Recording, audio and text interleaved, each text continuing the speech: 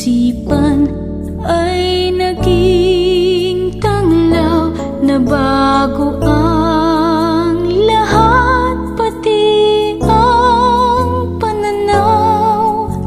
Iyong nilingap ang pusong nauuhaw.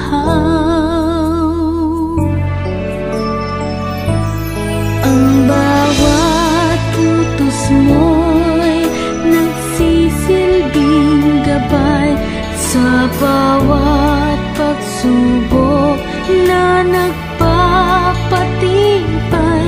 Pag-ibig mo sa amin ang siyang umaakay tungo sa landasin ng tunay na buhay. Salamat po, Ama, sa awa mo't habag. Nilunasan mo ang pusong may pag-abag upang sa katwiran ay di na lumabag. Nang sa'yo'y napisan aming amang liyan.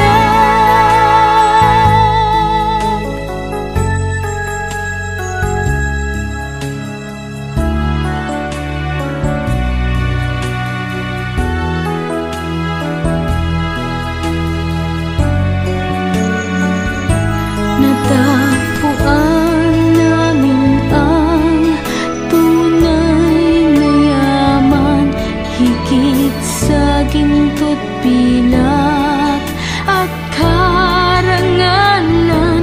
Sa'yo nagmumula itong kabanalan.